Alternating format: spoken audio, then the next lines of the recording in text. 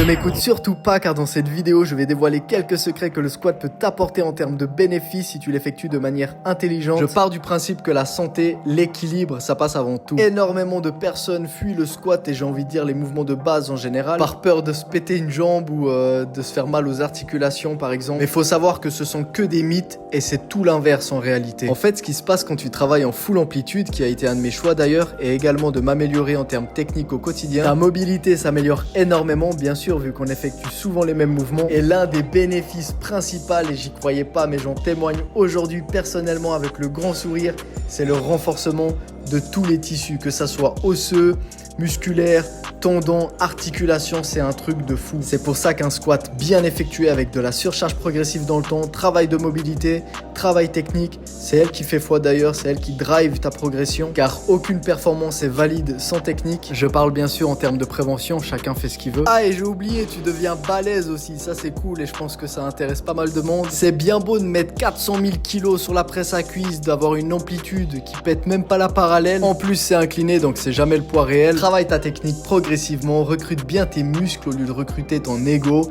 Et moi je te dis à la prochaine.